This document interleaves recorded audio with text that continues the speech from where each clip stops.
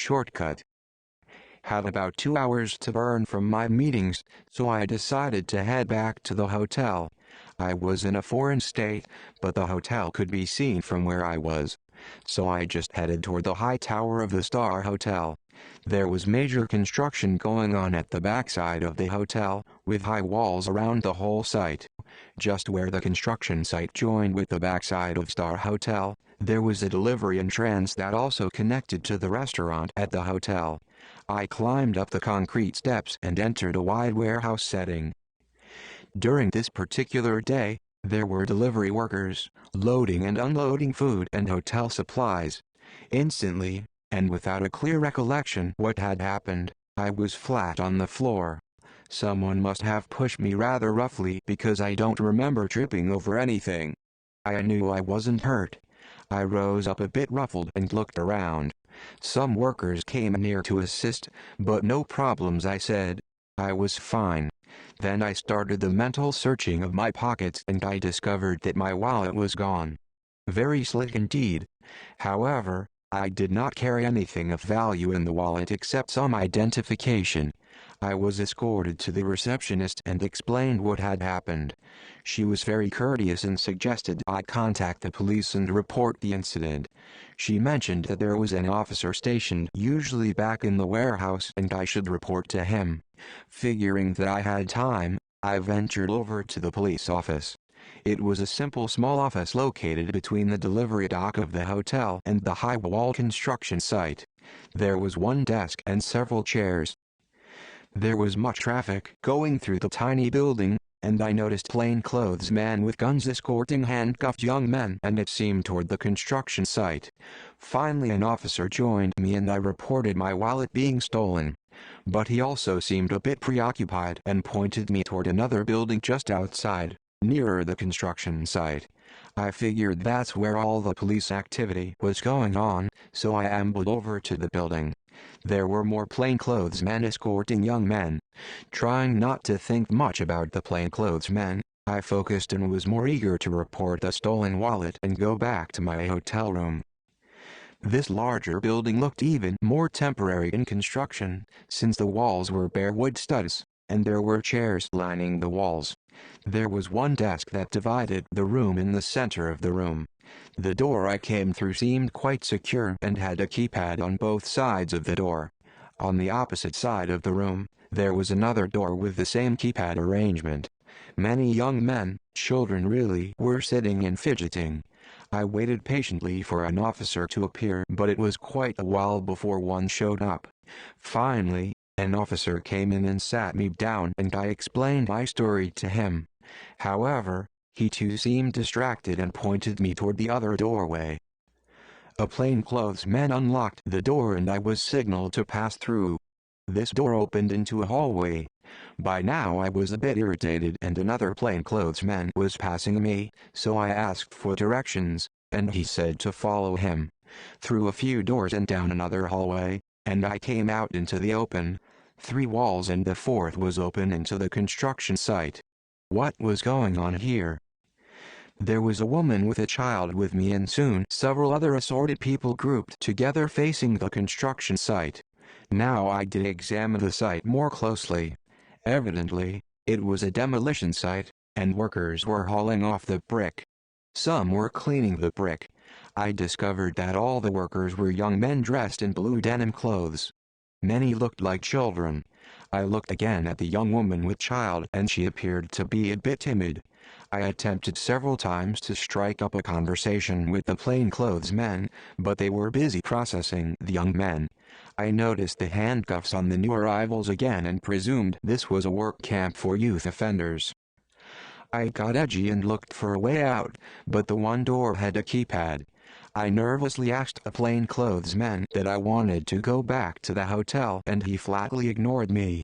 Finding that getting out would not be as easy, I stayed close to the woman and child. Someone barked out in a foreign language, and quickly the woman with child was escorted out into the site. I dared not follow. Finally, the visitors were leaving, so I followed the group out back into the hallway. I was grateful to head back toward the hotel warehouse. An officer confronted me and asked me for identification. I explained that my ID was stolen and that was why I came to report it. He reacted quickly, spun me rudely around and dialed impatiently on the keypad, then shoved me back into the open room facing the site. I was alone and pounded on the door, but no one came. I was being detained, and this irritated me even more. Looking around, I saw many guards with clubs on the site. One approached me to examine me and I asked if I could speak to the police. He responded coldly that one would show up soon and I could explain my problems to him. He pointed sternly to stay in the open-walled room. I knew he meant that I should stay where I belonged. This was after all a prison worksite. There was one chair, so I sat down and waited for the police. Food was brought to me, meaning they knew I was a visitor and a guest.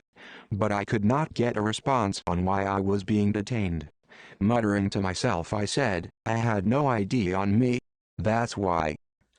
I must have dozed off, because when I jerked out of the chair, there was much less activity and the sun was setting fast. You have to be kidding, I mused. Will I be stuck here all night? Now I was getting chills. Not from the cooler air, but by the possibility of being stuck out here all night. There were no guards to be seen, only the workers settling down as the work stopped. One inmate came near me and offered me a small blanket. This did not assure me at all. I asked him when do the guards come back. He smirked and said in the morning. I asked him if there was any way out of here, and he said at night it would be easy to climb over and jump the high fence, pointing to the far end of the site.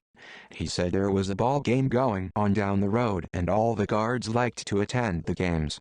He suggested escaping after sundown and again pointed to the fence at the far end of the site. I asked him why he didn't go with me. He stated he was getting out in 2 days, so why bother? So I settled in for the night and my escape.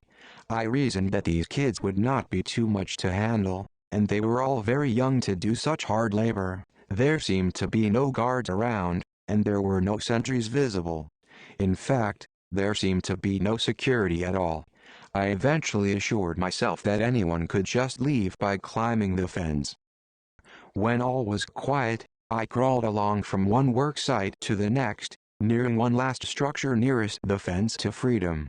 I tripped and fell over a young lad who let out such a cry that I didn't stand a chance. It was completely dark and children ganged up on me from all sides. I heard a thud at the back of my head.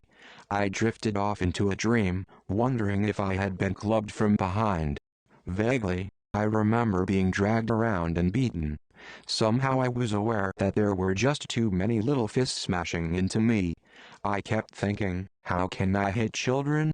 I somehow heard the beating but didn't feel anything. When I woke, it was sunny. I could barely open my eyes and discovered that both eyes were badly bruised and semi-shut. I started to move a bit to gauge the damage. The kids were thorough. Just about every part of my body was bruised. I was surprised that none of my teeth were knocked out.